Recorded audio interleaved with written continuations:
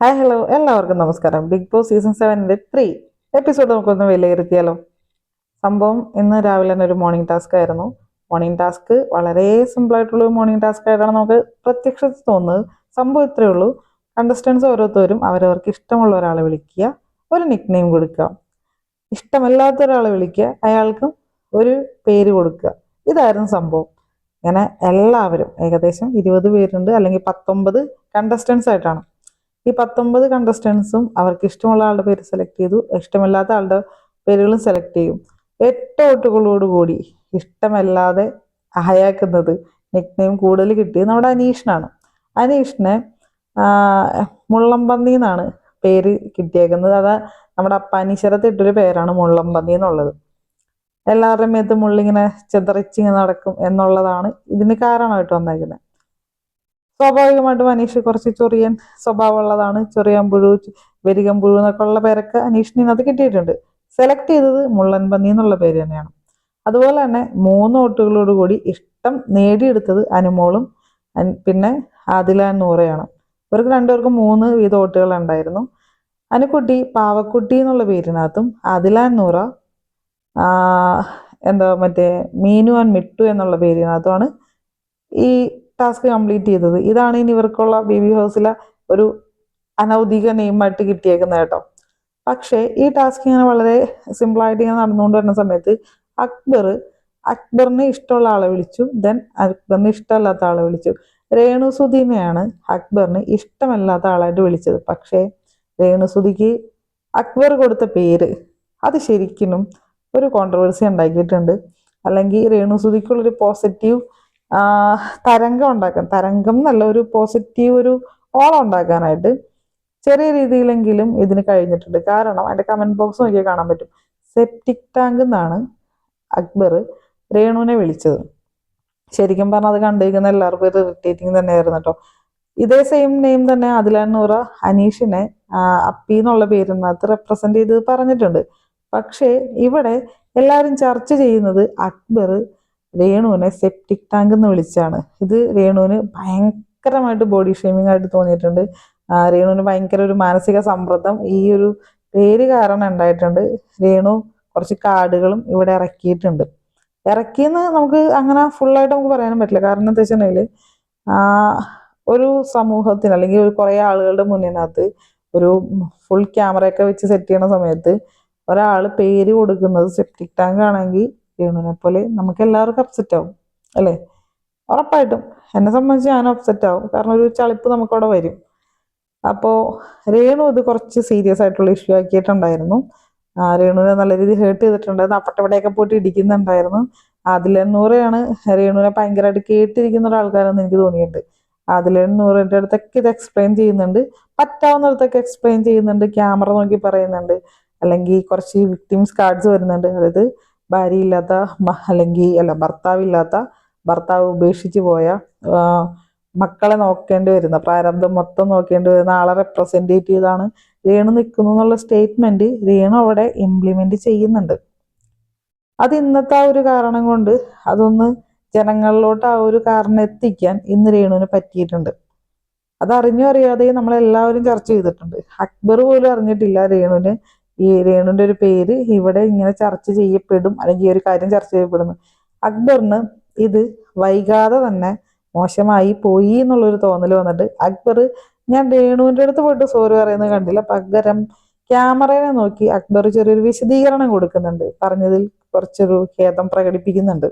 പക്ഷേ അതുറപ്പായിട്ടും എന്താ പറയാ, പേടിച്ചിട്ടാണ്. ഒരു കോൺട്രവേഴ്സി ഉണ്ടാകും എന്നുള്ളൊരു പേടി അക്ബറിന് പയ്യെ പയ്യെ വന്നതിന്റെ പേര് മാത്രമാണ്. അല്ലാന്നുണ്ടെങ്കിൽ രേണു ചേച്ചി ഞാൻ പറഞ്ഞത് അതുകൊണ്ടാണ് ഇത് ഇന്ന സ്പിരിറ്റിൽ എടുക്കണം എന്ന് പറഞ്ഞിട്ട് തള്ളിക്കളയേണ്ട ഒരു കാര്യത്തെ ജനങ്ങളുടെ മുന്നിലോട്ടാണ് അക്ബർ ക്യാമറ നോക്കി വന്ന് പറഞ്ഞത്. ഇതാണ് ഇന്ന് മോർണിംഗ് ടാസ്കിനകത്ത് ഉണ്ടായ കാര്യങ്ങളൊക്കെ. അതിനുശേഷം നമുക്ക് ഒരു ടാസ്ക് വന്നിട്ടുണ്ടായിരുന്നു.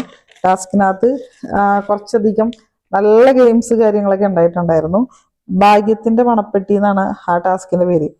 ഈ ടാസ്കിനകത്ത് ഒരു പെഡസ്റ്റർ ഫ്രണ്ട് നമ്മുടെ ഒരു ഗ്രൗണ്ടിന്റെ ഫ്രണ്ടിൽ വെച്ചിട്ടുണ്ടാവും, നടുവിൽ വെച്ചിട്ടുണ്ടാവും. ഇതിനകത്ത് ചുവപ്പ്, കറുപ്പ്, ഗോൾഡ് എന്നീ രൂപത്തിലുള്ള കല്ലുകളുണ്ടാവും, കളറിലുള്ള കല്ലുകളുണ്ടാവും.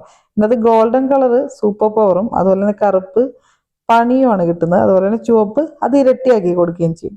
ഇതാണ് ഈ ഗെയിമിൻ്റെ ഒരു മെത്തേഡ് എന്ന് പറഞ്ഞാൽ. വേറെ ഒന്നുമില്ല, ബസ്സിലടിക്കുമ്പോൾ അല്ലെങ്കിൽ ഒരു റൗണ്ട് ഉണ്ട്, ആ റൗണ്ടിന് നടുവാണ് ഈ സാധനം വെച്ചേക്കണം. ഈ നടുവിനകത്ത് ഈ സാധനത്തിൻ്റെ ഉള്ളിൽ ഈ കല്ലുകളും ഉണ്ട്. ബസ്സറടിക്കുമ്പോൾ ഓടിപ്പോയി എടുക്കുക, ജസ്റ്റ് 5 സെക്കൻഡ്സേ കണ്ടുള്ളൂ. ഓടിപ്പോയി എടുക്കുക, ബസ്സിൽ കേൾക്കുമ്പോൾ തിരിച്ചു വന്ന് നിൽക്കുക. ഇതായിരുന്നു സംഭവം. ഇതിനകത്ത് ഇത് വളരെ ഇൻട്രസ്റ്റിംഗ് ആയിട്ട് തന്നെ നടന്നു. ഇപ്പം എല്ലാം പോയി എടുത്ത് വരും എന്ന് നമുക്ക് തോന്നിച്ച എന്താ പറയുക, ഫുൾ ബിൽഡപ്പ് ഉണ്ടായിരുന്ന പലർക്കും ഇത് കിട്ടിയിട്ടില്ല കേട്ടോ. ശരിക്കും കിട്ടിയത് നമ്മുടെ അക്ബറിന് കിട്ടിയിട്ടുണ്ടായിരുന്നു. അങ്ങനെ കുറച്ച് പേർക്കാണ് കിട്ടിയിട്ടുണ്ടായിരുന്നു. പിന്നെ ആര്യനാണ് ഫസ്റ്റ് റൗണ്ടിൽ തന്നെ വളരെ സ്പോർട്സ്മാൻ സ്പിരിറ്റോട് കൂടിയിട്ട് ഒറ്റയടിക്ക് ഓടിപ്പോയി സാധനം എടുത്ത് ബസ്സിലടിച്ച് പോകുന്ന സാധനത്തിൽ നിന്ന്. അങ്ങനെ അതായിരുന്നു ആ ഗെയിമിനകത്ത് അവിടെ നടന്നത്. പക്ഷേ ഇതിനകത്തൊരു സംഭവം സംഭവിച്ചു. ഇതിൻ്റെ ഫസ്റ്റ് ഇത് കഴിഞ്ഞു. സെക്കൻഡായിട്ട് അക്ബറിൻ്റെ കയ്യിൽ എന്താ പറയുക, അക്ബറിനൊരു സൂപ്പർ പവർ കൊടുക്കും. ഈ സൂപ്പർ പവർ കൊടുക്കുന്നതിന് ചെറിയൊരു മാനദണ്ഡം വെച്ചിട്ടുണ്ട്. നെക്സ്റ്റ് റൗണ്ടിനകത്ത് ഈ പറയുന്ന, അതായത് അക്ബർ ചൂസ് ചെയ്യുന്ന ഒരാൾക്ക് ഇതിനകത്ത് ഗെയിം കളിക്കണം. അയാൾ ഗോൾഡൻ കളർ എടുത്തിട്ട് വരെയും വേണം. അക്ബർ ചൂസ് ചെയ്തത് ഉറപ്പായിട്ട് ആര്യനാണ്. കാരണം ആര്യൻ ഭയങ്കര സ്പീഡുള്ള ഒരാളാണ്. ഭയങ്കര കണ്ണിങ് ആയിട്ട് സാധനങ്ങൾ പോയി എടുക്കാൻ പറ്റും. നല്ല ഗെയിം സ്പിരിറ്റാണ് ആര്യന്. അതുകൊണ്ട് തന്നെ ആര്യനെ നിയോഗിച്ചു. ഷാനവാസൊക്കെ ഉണ്ട്. എല്ലാവരും വട്ടത്തിന് ചുറ്റും നിന്നു, ബെല്ലടിച്ചു, ഓടി. ആര്യൻ ശരിക്കും പറഞ്ഞാൽ golden ഇതെടുത്തു, golden കല്ലെടുത്തു.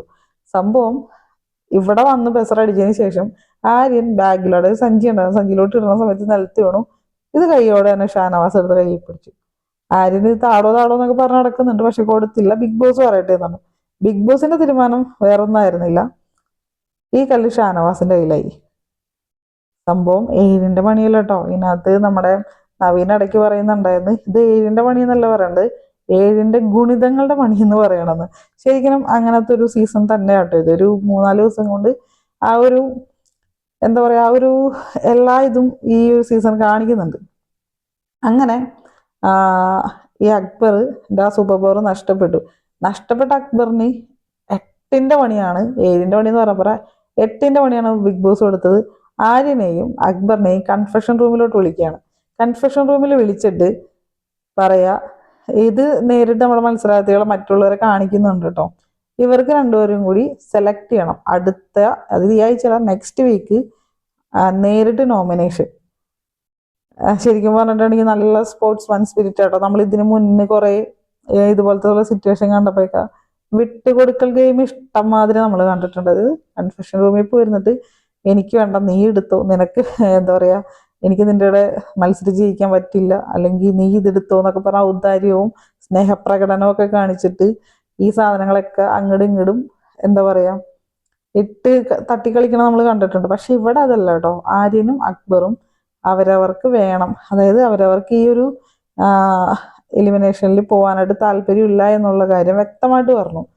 Last big boss ഒരു കാര്യം പറഞ്ഞു, നിങ്ങൾ ഇതിനകത്ത് ഒരാളെ സെലക്ട് ചെയ്തില്ല എന്നുണ്ടെങ്കിൽ ഈ കൺഫെഷൻ റൂമിന്റെ വാതിൽ തുറക്കില്ല.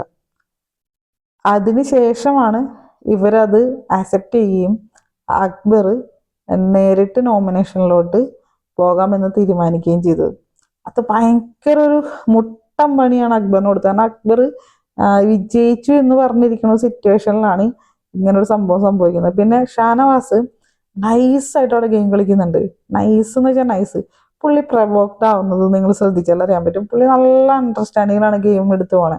നല്ലോണം ആൾക്കാരെ ചൊറിയുന്നുണ്ട്. ചൊറിയാൻ വരുന്ന, അതായത് ഇങ്ങോട്ട് പ്രൊവോക്ക് ചെയ്യുന്ന ആൾക്കാരുടെ അടുത്ത് അവർ ഇറിറ്റേറ്റ് ചെയ്യുന്ന രീതിയിലാണ് പുള്ളിയുടെ മറുപടി, നിപ്പും ചിരിയും സംസാരമൊക്കെ. ശരിക്കും ഒരു BB മെറ്റീരിയലായിട്ട് ഈ ഒരു 2 വീക്കോടുകൂടി പുള്ളി കറക്റ്റ് ഗെയിമിൽ വന്നു കഴിഞ്ഞാൽ കറക്റ്റ് ഒരു BB മെറ്റീരിയൽ നമുക്ക് കിട്ടും. അമ്മാതിരി ഇത് കാര്യങ്ങൾ പുള്ളി ചെയ്യുന്നുണ്ട്. ഒരു മൈൻഡ് ഗെയിമാണ് പുള്ളി കളിക്കുന്നത്. പിന്നെ അതുപോലെ തന്നെ രാവിലെ കുറച്ച് വഴക്കും കാര്യങ്ങളൊക്കെ സ്വാഭാവികമായിട്ടും എന്നത്തെ പോലെ തന്നെ ഉണ്ടായി. ബാത്റൂം പ്രശ്നങ്ങൾ, ബാത്റൂമിൽ നടക്കുന്ന കാര്യങ്ങൾ ഇത്രയും പബ്ലിക്കായിട്ട് ഇവരെങ്ങനെയാണ് ഇത്രയും ഒരു ഇതില്ലാണ്ട് വിളിച്ചു പറയണത് എനിക്കൊരു മനസ്സിലായില്ല. ശരിക്കും നമ്മളിങ്ങനെ ഇവർക്കിത് ക്യാമറയിൽ കൂടി കാണുകയാണെന്ന് ഇവർക്കൊക്കെ അറിയാൻ പറ്റില്ല എന്നുള്ളൊരു തോന്നല് നമുക്ക് തന്നെ ഉണ്ടാവും. അമ്മാതിരിയുള്ള കാര്യങ്ങളാണ്. ശരിക്കും പറഞ്ഞാൽ അനുക്കുട്ടി അല്ലെങ്കിൽ അനുമോള് കറക്റ്റായിട്ട് കാര്യങ്ങൾ പറയുന്നുണ്ട് കേട്ടോ. അനുമോള് കറക്റ്റായിട്ട് കാര്യങ്ങൾ പറയുന്നുണ്ട്. കാര്യം യൂറിൻ ആണുങ്ങൾ യൂറിൻ ഒഴിച്ച് കഴിയുമ്പോൾ ചിലപ്പോൾ ഡ്രോപ്സ് വീഴും, അത് വാഷ് ചെയ്യുന്നില്ല.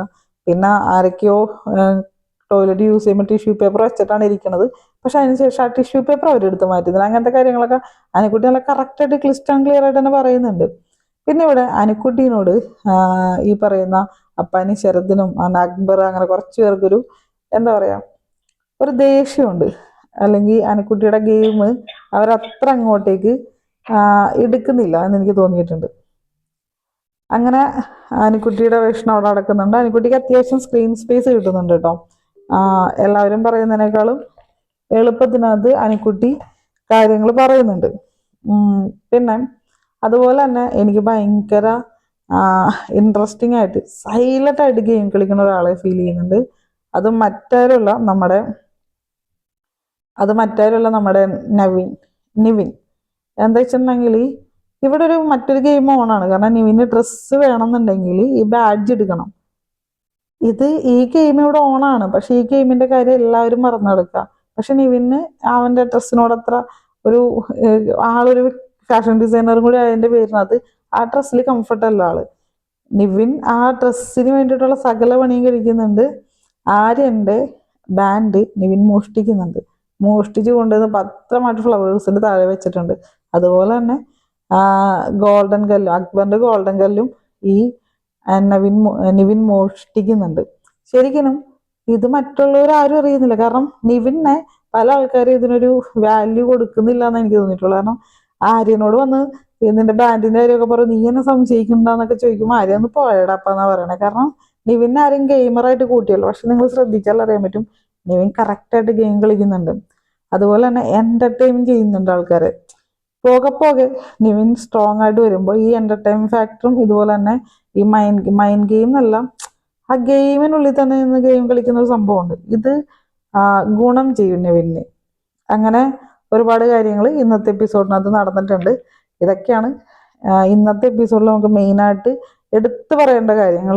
പിന്നെ അതുപോലെ തന്നെ മറ്റൊരു ഗെയിം ഉണ്ടല്ലോ, വീക്ക്ലി ടാസ്ക് നടന്നുകൊണ്ടിരിക്കണല്ലേ സംഭവം, മറ്റേ കട്ടിലോട് എടുത്തു കൊണ്ടുപോകണത് അടിപൊളിയായിട്ട് തന്നെ പരിശ്രമിക്കുന്നുണ്ട്. അവർ ഇന്നലെ കാണിച്ച ഒരു ഉഴപ്പ് മാക്സിമം അവരൊന്ന് തീർക്കാൻ നോക്കുന്നുണ്ട്. അപ്പാനി ശരത്തൻ ഗ്യാങ്ങൊക്കെ ഫുൾ ഓണായിട്ട് ഇങ്ങനെ ഇരിക്കുകയാണ്. ആരെങ്കിലും ഒരാൾ ഇതിലൂടെ ഔട്ടാക്കണം എന്ന് പറഞ്ഞിട്ട് തന്നെ അതിനവർ എല്ലാവരുടെയും സഹായം വാങ്ങിക്കുന്നുണ്ട്. പുറത്തുള്ള ആൾക്കാരെ അവർ എന്താ പറയാ അവരുടെ ടീമിലോട്ട് എത്തിക്കാനായിട്ടുള്ള ഒരു ശ്രമം നടത്തുന്നുണ്ട്. അവര് അനുക്കുട്ടീനോട് വന്ന് പറയുന്നുണ്ട്, അപ്പാനി ശരത്ത് നീ ഞങ്ങളുടെ കൂടെ നിൽക്കണത്. അനുക്കുട്ടി പറയുന്നുണ്ട് നിങ്ങൾ ആണുങ്ങളൊക്കെ ഒരു ഗ്യാങ് അല്ലേന്ന്. അവിടെ ബോയ്സ് ഒരു സ്ട്രോങ് ഗ്യാങ് ആയിട്ട് മാറാനായിട്ടുള്ള ശ്രമം നടത്തുന്നുണ്ട്. ഗേൾസിന് ഇത് മനസ്സിലാവുന്നുണ്ട്. അനുക്കുട്ടി എടുത്ത് തന്നെ ചോദിച്ചു, നിങ്ങൾ ആണുങ്ങളെല്ലാം കൂടെ തീരുമാനിച്ചിട്ട് എന്തിനാണ് ഇങ്ങനെ വന്ന് പറയണം, ഞങ്ങളെയും കൂടി വിളിക്കായിരുന്നില്ലേന്ന്. Correct point ആയിരുന്നുണ്ട്. കാരണം ഉറങ്ങുന്നുണ്ടെങ്കിൽ കൈകൊട്ടി വിളിക്കണം, വർത്താനം പറഞ്ഞിട്ട് വിളിച്ച് കാര്യത്തിൽ ഇൻവോൾവ് ചെയ്യിക്കണം. അതൊരു കറക്റ്റ് പോയിന്റ് ആയിട്ട് എനിക്ക് തോന്നി കേട്ടോ. അങ്ങനെ ഇതൊക്കെയാണ് ഇന്നത്തെ മെയിൻ ആയിട്ടുള്ള കാര്യങ്ങൾ വന്നേക്കണം. പിന്നെ ഈ ബിഗ് ബോസ് സീസൺ 7 ഇന്നത്തെ എപ്പിസോഡ് വിലയിരുത്തുമ്പോൾ ഭയങ്കര സാറ്റിസ്ഫൈഡ് ആയിട്ടുള്ളൊരു സീസണാണ്. ഫസ്റ്റ് വീക്കാണ്. കാരണം നമുക്കറിയാം നമ്മൾ ഇതിനു മുന്നുള്ള എല്ലാ ബിഗ് ബോസ് സീസണിലും ഫസ്റ്റത്തെ സീസൺ ഒഴിച്ച് ബാക്കി ഇങ്ങോട്ടേക്കുള്ള സീസൺസിന്റെ ഒക്കെ ഫസ്റ്റത്തെ വീക്കൊക്കെ നോക്കിക്കഴിഞ്ഞാൽ അട്ടാറ് സ്നേഹപ്രകടനങ്ങൾ മാത്രമായിരിക്കും. സ്നേഹപ്രകടനങ്ങളും എന്താ വാരിക്കൊടുക്കലും കെട്ടിപ്പിടുത്തവും അങ്ങനെ കുറെ കോമ്പോസ് ഒക്കെ സ്റ്റാർട്ട് ചെയ്യുന്നതായിരിക്കും. പിന്നെ ബിഗ് ബോസ് ആണെങ്കിൽ നൈസ് ഗെയിം കൊടുക്കോളും. വളരെ എളുപ്പത്തിൽ കളിക്കാൻ പറ്റുന്ന ഗെയിം, പാവന തട്ടിപ്പറിക്കുക, അങ്ങനത്തെ ഗെയിമൊക്കെ ആയിരുന്നു ആദ്യം. എനിക്ക് തോന്നുന്നു ജാസ്മിൻ്റെ ഒക്കെ ഗെയിമിനത് ഫസ്റ്റ് ഉണ്ടായതായിരുന്നു. അങ്ങനെ കുറച്ച് ഗെയിമൊക്കെയാണ് കൊടുക്കുക. എൻ്റെ ഒരു അഭിപ്രായത്തിൽ ഈ ഒരു ബിഗ് ബോസ് ടീം അടിപൊളിയായിട്ടാണ് ഗെയിമിനുള്ളിലെ ഗെയിമൊക്കെ പ്ലാൻ ചെയ്തേക്കണം. ഇവിടെ മറ്റൊരു കാര്യം ഞാൻ പറയാൻ മറന്നു കേട്ടോ. കാരണം ഈ കല്ലുകൾ എടുത്തില്ലേ, ഈ കല്ലുകൾ എടുക്കുമ്പോൾ ഈ കല്ല് കിട്ടിയ ആൾക്കാരിൽ ഇവർക്ക് പണിഷ്മെന്റ് ഉണ്ടായിരുന്നു. ആദ്യത്തെ പണിഷ്മെന്റ് ഏറ്റുവാങ്ങിയത് നമ്മുടെ റെന, അതുപോലെ തന്നെ പിന്നെ ആരാണ്, ഷാനവാസ് എല്ലാം, റെനയും അതുപോലെ തന്നെ നമ്മുടെ അബി, പിന്നെ ആരാണ്, അനീഷ്. ഇവർ നല്ല അടിപൊളിയായിട്ട് കളിച്ചിട്ടോ. അവര് ഒരു ട്രോളിനകത്ത് ഒരാൾ കണ്ണ് കെട്ടണം, ഒരാൾക്ക് നടക്കാൻ പാടില്ല, ഒരാൾക്ക് വാമൂടി കെട്ടണം. ഇത് മൂന്നും ഓരോരുത്തർ ചെയ്യണം. ഒരാളെ ട്രോളിയിൽ നിർത്തിക്കൊണ്ട് കണ്ണ് കാണാത്ത ഒരാൾ വണ്ടി ഓടിക്കണം, പറയാൻ പാടില്ലാത്ത ഒരാൾ വണ്ടി ഓടിക്കുക. നല്ല രസമുണ്ടായിരുന്നു ആ ഗെയിം. പക്ഷെ ഇത് സെക്കൻഡ് ഗെയിം ആയപ്പോൾ ഇത് നേരെ ഷാനവാസും അതുപോലെ തന്നെ അബി പിന്നെ നമ്മുടെ അക്ബറൊക്കെ ചെയ്തു. അവർക്ക് അത്ര ഇൻട്രസ്റ്റ് ഉണ്ടായില്ല എന്ന് തോന്നി. അവർക്ക് ആ ഗെയിം എങ്ങനെയാണ് തീർത്താൽ മതി. പിന്നെ നമ്മുടെ ആര്യൻ ആനയായിട്ട് നടക്കേണ്ട വന്നു. കാരണം അവർ ആ ഒരു എലിമിനേഷൻ ഇത് കിട്ടിയിട്ടുണ്ടായല്ലോ അതിൻ്റെ പേരിൽ. അങ്ങനെ എന്താ പറയുക, ഫുൾ എൻഗേജിങ് എന്ന് വെച്ചാൽ ഫുൾ എൻഗേജിങ് ആയിട്ടുള്ളൊരു എപ്പിസോഡായിരുന്നു. എനിക്ക് തോന്നുന്നു ലൈവും നമുക്ക് അത്ര അങ്ങനെ ബോറടിക്കില്ല. നിങ്ങൾ ഓർക്കുന്നുണ്ടോ ഫസ്റ്റ്, അത് കഴിഞ്ഞ സീസണിനകത്ത് ഈ സമയം സീസൺ തുടങ്ങി ഫസ്റ്റ് സമയത്തൊക്കെ പാട്ട് മത്സര, ഫുൾ ടൈം പാട്ട്, എന്തോരം പാട്ടായിരുന്നു കേട്ടത്. ആ സീസണിലുള്ള മിക്കവരും പാട്ടുകാരായിരുന്നു, ഫുള്ള് പാട്ടായിരുന്നു. അന്താക്ഷരി ആയിരുന്നു അവിടുത്തെ മെയിൻ പരിപാടി. ഞാനിങ്ങനെ ആലോചിച്ചിട്ടുണ്ട്, ഇത് ഇവര് സരിഗമ അല്ലെ മറ്റേ അങ്ങനെ എന്തോ സംഭവമില്ലേ അതിലാണോ വന്നത്, അല്ലെങ്കിൽ ഇതിനകത്താണ് ഐഡിയ സ്റ്റാർ സിംഗറിൽ വന്ന കണ്ടസ്റ്റൻസിനെ പോലെയാണ് ഇവർ പാട്ട് പാടിക്കൊണ്ടിരുന്ന വെച്ചത്. അപ്പൊ അതിൽ നിന്നൊക്കെ മാറിയിട്ട് ഞാനൊക്കെ ആഗ്രഹിച്ച ഒരു നമ്മളൊക്കെ ഒരുപാട് ആഗ്രഹിച്ചിട്ടുണ്ടാവില്ലേ ഒരു ബിഗ് ബോസ് എന്ന് പറഞ്ഞ സംഭവം എന്തായിരിക്കണം, ഇവര് സർവൈവലിന് വന്നിട്ട് മറ്റ് എപ്പോഴുള്ള ഈ കുറെ കമന്റ് നമുക്ക് നോക്കിയാൽ അറിയാൻ പറ്റും, ഇവർക്ക് ഡ്രസ്സ് കൊടുക്കുന്നില്ല, ഫുഡ് മര്യാദ കൊടുക്കുന്നില്ല, അല്ലെങ്കിൽ ഈ ബാത്റൂമിന്റെ അടുത്ത് ബാസ്ക്കറ്റ് ഇല്ല, അങ്ങനെ കുറെ കാര്യങ്ങളൊക്കെ ഉണ്ടാവുന്നുണ്ട്. ഇതൊക്കെ സർവൈവലിന്റെ ഭാഗമാണ്. കാരണം സർവൈവൽ എപ്പോഴും അങ്ങനെയല്ലേ. ഇതൊക്കെ നമുക്ക് ബിഗ് ബോസിനോട് വാങ്ങിക്കണമെങ്കിൽ നമ്മൾ അത്രയും ജോലി എടുത്ത് വാങ്ങിക്കണം. ഇപ്പൊ ഇവർക്ക് ലക്ഷറി പോയിന്റ് ഡ്രസ്സും കാര്യങ്ങളൊക്കെയാണ് കൊടുത്തേക്കണം, അതുപോലെ തന്നെ ഫുഡ് ഉണ്ട്. ഇവര് മെയിനായിട്ട് ഫോക്കസ് ചെയ്യുന്നത് ഡ്രസ്സിലും ആക്സസറീസിലാണ്, അതിനുശേഷമാണ് ഒരു ഫുഡ് നോക്കുന്നത്. അപ്പൊ തന്നെ നമ്മൾ നമുക്കറിയാൻ പറ്റും അവർക്ക് റേഷൻ മാത്രമേ ഉള്ളൂ. അവര് നല്ലപോലെ ആഹാരമൊക്കെ കഴിച്ച് നല്ല ഇതിൽ കഴിച്ചു വന്ന ആൾക്കാർക്ക് പല സാധനങ്ങളും അവോയ്ഡ് ആണ്. ഇതാണ് സർവൈവൽ ഗെയിം. അവര് ഡെയിലി 3 നേരമൊക്കെ കുളിച്ച് ഡ്രസ്സ് മാറിക്കൊണ്ടിരുന്ന ആൾക്കാർ ഒരു ഡ്രസ്സ് തന്നെ കഴുകി ഉണക്കി ഇട്ടുകൊണ്ടിരിക്കുക. ഇതാണ് സർവൈവൽ ഗെയിം, ഇതാണ് ബിഗ് ബോസ്. ഇങ്ങനെ ആയിരിക്കണം ബിഗ് ബോസ്. ഇങ്ങനെ എന്റർടൈൻ ചെയ്യിച്ച് ഫുൾ എൻഗേജ് ചെയ്യിച്ച് അവരെ കൊണ്ട് അത്രയും പണി ഇടിപ്പിച്ച് ഈ ഷോ ഞങ്ങൾക്ക് മുന്നിലോട്ട് എത്തുകയാണെന്നുണ്ടെങ്കിൽ എനിക്ക് ഉറപ്പാണ് Bigg Boss season 7 the best season ആയിട്ട് മാറും ഇത്രയും നാളത്തെ മലയാളം ബിഗ് ബോസ് ചരിത്രത്തിൽ. നല്ല കണ്ടസ്റ്റൻസും ആണ്. എനിക്ക് ഈ കണ്ടസ്റ്റൻസിനെ കുറിച്ച് ഒന്നും പറയാനില്ല. പ്രത്യേകിച്ച് ഇപ്പൊ വന്നാക്കണ ഒരു 19 പേര്, നമുക്ക് മറ്റേവരെയും കൂടി വിട്ടിട്ട് 20 പേരുണ്ട്. ഇതിനകത്ത് ഒരു 15 പേരും ഇപ്പൊ ആക്റ്റീവായിട്ട് ഗെയിം കളിക്കുന്നുണ്ട്. അവരവരുടേതായിട്ടുള്ള രീതിയിനകത്ത് ഗെയിമിലോട്ട് ഇറങ്ങിയിട്ടുണ്ട്. ബാക്കി ഒരു 5 പേര് അല്ലെങ്കിൽ 4 പേരാണ് ഇതിനകത്തോട്ട് അധികം അങ്ങോട്ട് ഇൻവോൾവ് ആവാതെ നിൽക്കണം. ഉറപ്പാണ് നാളത്തെ ഒരു ദിവസം കൂടി കഴിഞ്ഞിട്ടുണ്ടെങ്കിൽ ഇവർ ഓണാവും. കാരണം നാളെ കട്ടിലോടുകൂടി ഒരാൾ പോകുന്നുണ്ട്. എവിടം വരെ പോകുമെന്നറിയില്ല. എന്തായാലും അതൊക്കെ നമുക്ക് കാത്തിരുന്ന് കാണാം. Thank you for watching me. ഒരു കാര്യം, ഞാൻ ഈ ചെയ്യുന്ന വീഡിയോ നിങ്ങൾക്ക് ഇഷ്ടമായിട്ടുണ്ടെങ്കിൽ ലൈക്ക് ചെയ്യുക, കമൻറ്റ് ചെയ്യുക, ഷെയർ ചെയ്യുക. നിങ്ങളുടെ ഓരോ ലൈക്കും കമൻറ്റും നിങ്ങളുടെ വ്യൂ ആണ് മുൻപോട്ടുള്ള ഓരോ എപ്പിസോഡും റിവ്യൂ ചെയ്യാനായിട്ട് എന്നെ പ്രേരിപ്പിക്കുന്നത്. Thank you for watching me. By.